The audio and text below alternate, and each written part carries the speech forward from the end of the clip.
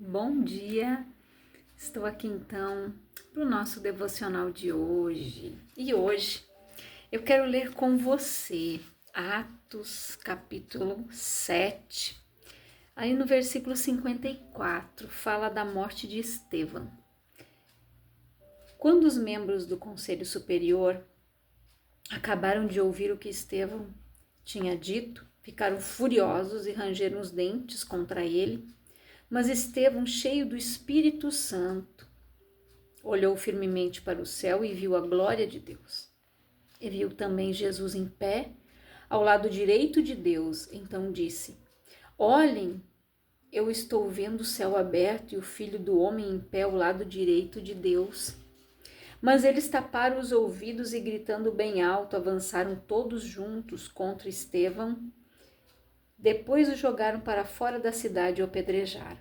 E as testemunhas deixaram um moço chamado Saulo, tomando conta das suas capas. Enquanto eles atiravam as pedras, Estevão chamava Jesus, dizendo: Senhor Jesus, recebe o meu espírito.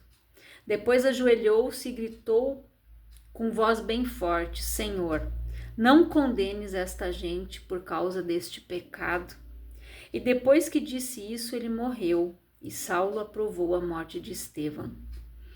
Aqui, gente, o que nós aprendemos com o testemunho de Estevão? Se você quiser ler tudo que fala sobre Estevão, está no livro de Atos, ali no capítulo 6, 7 e termina aqui, né? Onde ele conta na sua defesa, ele fala como Deus chamou Abraão, da forma como Deus tirou o povo do Egito. Ele foi falando muitas coisas aqui e o povo, eles ficaram revoltados com o que ele disse, né? Que muitos haviam oferecido sacrifícios a Moloque. Então, assim, ele foi falando no deserto, como é que os antepassados viveram, e eles ficaram enlouquecidos. O que eles fizeram? Eles decidiram, eles julgaram Estevão culpado e apedrejaram aquele homem. Mas no momento em que ele estava sendo apedrejado, ele viu os céus abertos, ele viu Jesus em pé ao lado de Deus, esperando ele para recebê-lo. E o que ele disse ali, gente? Antes de morrer, ele disse: Senhor, não condenes esta gente por causa deste pecado. Saulo ali, gente, era aquele que se tornou Paulo, que era um grande perseguidor da igreja, e aqui diz, ele aprovou a morte de Estevão, né? Ele aprovou a morte daquele homem. Depois, o Saulo, que se tornou o Paulo, ele sofreu muitas perseguições. Ele foi escolhido por Deus para pregar o evangelho. Paulo foi aquele homem que fez muitas viagens missionárias. Ele também foi muito perseguido, ele foi açoitado, ele foi preso, ele passou muitas coisas. Mas Paulo, ele passou por um processo de transformação. Ele teve um encontro com Cristo no caminho de Damasco. Ele ficou com os seus olhos com escamas que por 3 dias ele não enxergava nada. Até que Deus enviou Barnabé lá. Ele orou. As escamas caíram dos olhos daquele homem. E ele saiu dali restaurado. Então, ali, Deus usou aquele vaso. Ele disse que ele era um vaso escolhido. Mas não foi fácil para ele, não. Porque no início, os próprios discípulos de Jesus não o aceitavam. Por tudo que ele tinha feito à igreja, por toda a maldade, por toda a perseguição. Mas Paulo realmente ele se converteu. Ele disse que para ele morrer com Cristo era lucro. era lucro. Paulo, ele visava a salvação, assim como Estevão. Estevão, ele era um homem de Deus, temente a Deus, era um homem que não tinha pecado. Tanto que ele viu o céu se abrir, ele viu Jesus, ele viu Deus. Quem teve esse privilégio? O único que falava face a face com Deus era Moisés. Abraão, ele foi chamado amigo de Deus. Deus falava com Abraão também, Deus se comunicava com Abraão. Olha a intimidade desse homem, gente. Ele estava sendo apedrejado quando ele olhou para o céu e ele viu o que esperava. Ele morreu feliz, sabendo que o próprio Cristo veio receber ele, porque ele era um homem santo. O Estevão aprendeu a forma de perdão, da mesma forma que Cristo perdoou o povo quando estava sendo crucificado. Ele disse: Pai, perdoa porque eles não sabem o que fazem, não sabem o que dizem. Aquele homem, ele disse: Senhor, recebe o meu espírito.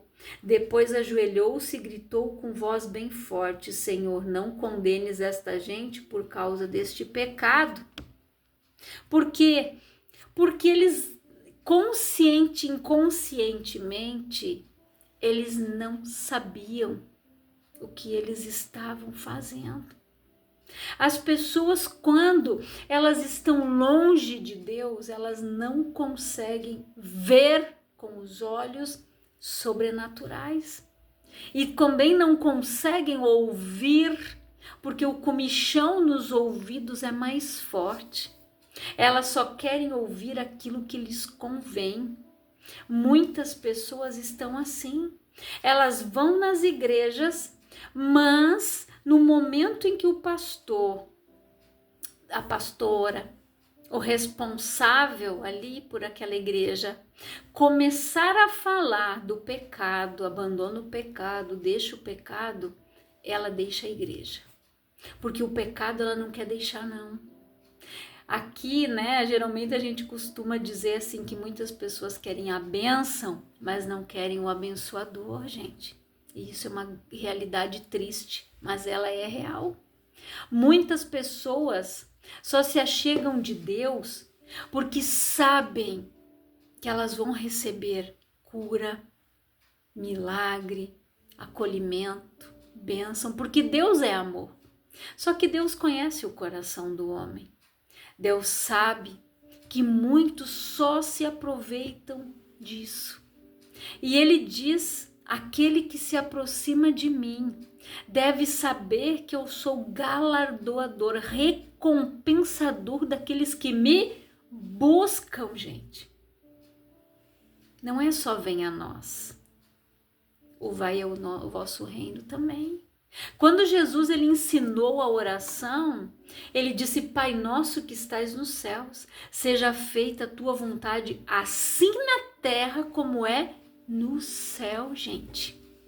Eu não posso me beneficiar somente de Deus, porque eu preciso fazer a minha parte se eu quero ser uma pessoa santa, se eu quero ter a salvação, eu preciso abrir mão do pecado. Eu me lembro que quando eu cheguei na igreja, eu estava lá com um braço que eu não tinha mais tato, eu não tinha movimento, perdi o movimento da minha mão e eu estava ali, cheia de ites que não eram minhas. Mas quando aquele homem de Deus pregou aquela palavra, isso não é teu. Jesus já levou tudo lá na cruz.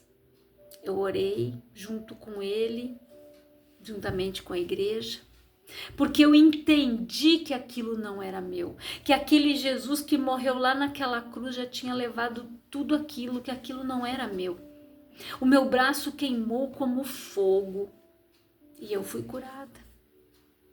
Só que eu fui permanecendo, buscando, recebi a cura. Aí, depois, passou acho que um mês, ia ter batismo, eu tomei a decisão de me batizar. No dia do meu batismo eu fui curada da sinusite. E automaticamente Jesus foi tirando todas as outras coisas. Porque a palavra diz: e conhecereis a verdade vos libertará. Eu fui liberta de tudo aquilo porque eu entendi que aquilo não era meu. Eu não dizia mais a minha, isso, o meu, aquilo, não. Eu já dizia: em nome de Jesus eu estou curada. Isso não me pertence. Até que sumiu completamente. Mas nós precisamos nos posicionar. E quando Deus foi me cobrando, abandona o pecado, deixa disso. O Espírito Santo, ele nos constrange, ele nos convence da justiça, do juízo e do pecado. Quando ele foi me falando docemente: abandona isso, Eliane, deixa isso. Eu fui tomando as minhas decisões, fui fazendo as minhas escolhas. Eu quero Cristo, eu não quero mais isso que me escravizava, que me dominava, que me trazia dor, que me trazia sofrimento. Eu escolhi Jesus e eu escolhi ficar livre do pecado. Eu escolhi perdoar, viver livre, ter paz, saber que a alegria do Senhor é a minha força, saber que Ele morreu naquela cruz, que Ele padeceu por mim, que Ele me ama, que Ele me tirou lá das trevas aonde eu estava e me trouxe para cá, para o reino do Filho do seu amor, para a sua maravilhosa luz. Quando você tiver dúvida, lembra, porque a palavra fala: não abandone o primeiro amor. Porque lá no primeiro amor, quando você aceita Jesus, você quer ganhar todo mundo para Jesus, você quer levar todo mundo para a igreja, você quer pregar para todo mundo, você fala do amor de Deus. Só que com o tempo vai esfriando, vem o comodismo. Muitas vezes a pessoa no seu trabalho, os colegas nem sabem que ela é de Jesus. Ai, eu não vou falar para não me incomodar. Ah, para quê? Fulano vai me criticar. Aí vai ficar me debochando. É? Só que se aquela pessoa ela morrer e você não pregou para ela, Deus vai cobrar de você. Porque tem pessoas que não vou ser eu que vou ganhar.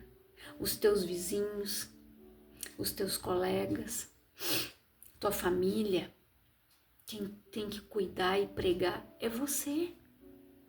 Então não adianta a gente dar desculpa. Não, porque aqui ninguém vem evangelizar, ninguém vem pregar aqui. Mas e você? Jesus disse: ide pelo mundo e pregai o evangelho a toda criatura.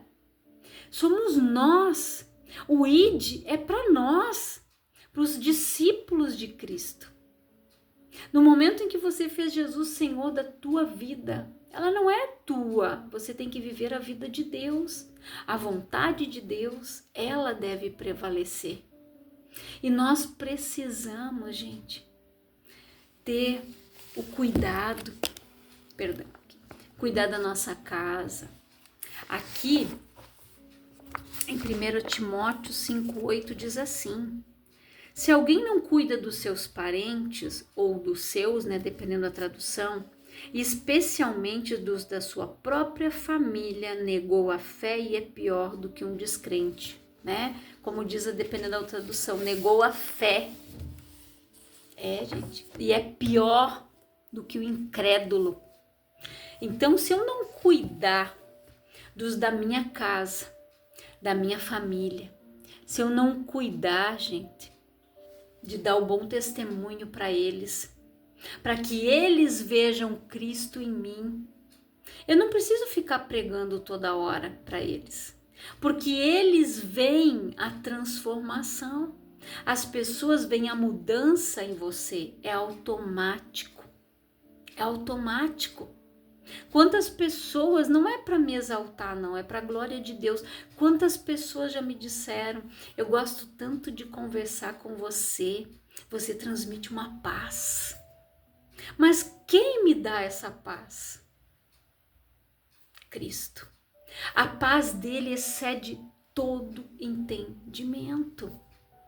A verdadeira paz eu vos dou, Jesus disse, mas não dou como o mundo dá. Gente, o mundo não tem paz para ninguém. A paz do mundo é momentânea. Você passa em guerra o tempo todo. Então busque a Deus enquanto você pode achar. Busque. Busque a Deus. Se a gente for olhar como Estevão, ele foi um homem que ele seguiu completamente o ensinamento de Cristo. Cristo clamou por misericórdia, ele disse: Pai, não lhes imputes esse pecado, né? Dependendo da tradução diz assim: não condene esta gente por causa deste pecado. Ele pediu para Deus misericórdia por aquele povo que havia apedrejado injustamente. Ele era um homem como Cristo, que não tinha feito nada de errado para ninguém, ele não devia nada para ninguém. E ele foi apedrejado. E quantas vezes nós somos apedrejados? Mas Jesus disse que feliz é aquele que for perseguido por causa do meu nome. Nós devemos dar glória a Deus, porque se nós somos perseguidos por fazer a vontade de Deus, por fazer a coisa certa, é porque nós estamos no caminho. Esse homem aqui, ele foi perseguido, apedrejado, morto, porque ele estava fazendo a vontade de Deus. E quantas vezes nós somos apedrejados? Às vezes não nem com palavras, gente, só no olhar. Tem gente que olha pra gente que com o olho assim, ó, né? Porque muitas vezes as pessoas não querem ouvir a verdade. As pessoas têm comichões nos ouvidos, como diz a palavra. Tem gente que vai na igreja, como eu falei anteriormente, que quando começa a falar do pecado, abandona o pecado, ela abandona a igreja, ela abandona Jesus. O pecado não. Então, cada um faz as suas escolhas e cada um vai colher a consequência delas. Corris bem, o que te impediu de correr? Por que você parou? Já pensou? O dia que você chegar diante do tribunal de Cristo e ele te perguntar isso, e você dizer Senhor, Senhor, ele vai dizer, não te conheço. Agora Paulo disse, combati o bom combate, percorri a carreira e guardei a fé. Que você tem feito? Corris bem? Que te impediu de correr? Qual é a desculpa que você vai continuar dando para Cristo? Eu não gostei do pastor. O obreiro lá nem me cumprimentou. Aquele diácono lá nem olhou para minha cara. Gente, assim tem muita gente. O diabo usa de artimanhas, inclusive dentro da igreja, para que as pessoas se ofendam, para que as pessoas não permaneçam. Por isso nós devemos olhar para Jesus, que é o autor e consumador da nossa fé. Se nós tirarmos os nossos olhos de Cristo, a nossa salvação já era, gente. Eu não posso olhar para o defeito do homem. Eu tenho que analisar tudo e guardar o que é bom. Hoje, a gente sabe que tem falsos profetas. Nós devemos vigiar, gente, aquilo que nós estamos escutando, que nós estamos vendo, e ver se realmente é de Deus. Porque a gente sabe que tem falsos profetas, que tem muitas pessoas que estão se aproveitando do que está acontecendo aqui do que está acontecendo em Israel e em outros lugares, para dar profetadas e para falar que são profetas. Só que muitos não são. Então vigie aquilo que você está ouvindo, aquilo que você está vendo, e diga: Senhor, me mostre se isso realmente é de ti e é do teu espírito. Se não for, Pai, eu não quero ver, eu não quero ouvir, porque muitos, gente, vão ser enganados. Então nós devemos prestar atenção em tudo, filtrar tudo, gente, aquilo que nós estamos ouvindo hoje. Eu aprendi desde o início da minha conversão. Quando alguém falar algo para você, diz: me mostra aqui, ó. Se tiver aqui, tudo bem. Se até as crianças lá no cultinho, na escolinha de crianças da igreja, se a gente falar uma palavra para elas, muitas perguntam: onde é que está escrito isso aí na Bíblia, prof? Então faça como eles. Pergunte: onde é que está escrito isso? Pois é. Então nós precisamos, gente, analisar tudo. Cuide o que você está ouvindo. Veja se está de acordo com a palavra, se está escrito aqui, para que você não caia nas armadilhas, porque a palavra diz que teriam cegos condutores de cegos. Muitas pessoas que se dizem de Deus não são lobos em pele de cordeiro. Então nós precisamos, gente, vigiar, cuidar, para não nos impressionarmos com tudo. É tanta coisa que a gente vê, que a gente ouve. Mas quando é do Espírito, Deus, Ele te mostra. Quando você pede para Deus: Senhor, me mostra se isso vem de ti. Se não vem, está repreendido em nome de Jesus. Se não é do teu Espírito, Pai, eu não quero. E o Espírito Santo nos convence da justiça, do juízo e do pecado. Ele vai nos alertar, ele vai nos conduzir, ele sempre vai nos dar a direção em tempos bons, no deserto, no vale, em dias difíceis, trabalhosos, como diz a palavra. Mas não se afastem de Deus, busquem a Deus enquanto você pode achar. Gente, a palavra é bem clara, ela diz que vai chegar um momento em que o homem vai ter fome, mas não de pão, da palavra, mas não vai ter quem pregue, está escrito aqui. Então nós precisamos buscar a Deus enquanto é tempo, enquanto nós podemos achar. O povo está sofrendo, está perecendo por falta de conhecimento, é o que está escrito nas Escrituras. Infelizmente, muitas pessoas estão sofrendo hoje por desconhecerem o que está escrito aqui, por desconhecerem a verdade, por viver na mentira, na idolatria, no engano, gente. Então nós precisamos mostrar a verdade para elas enquanto é tempo, enquanto elas podem encontrar, enquanto é tempo de arrependimento, gente, é tempo de arrependimento. Nós não temos mais tempo para perder. Nós temos que ir contra o tempo, pregar a palavra para essas pessoas, porque os dias são maus. Os dias são maus. Então que você faça uma reflexão, que você pregue a palavra, que você dê o alimento para essas pessoas que estão sofrendo, que estão perecendo porque estão longe do Pai, porque não conhecem a vontade do Pai. Pessoas têm aquela dureza do coração, às vezes pela religiosidade, por idolatria e por aí vai.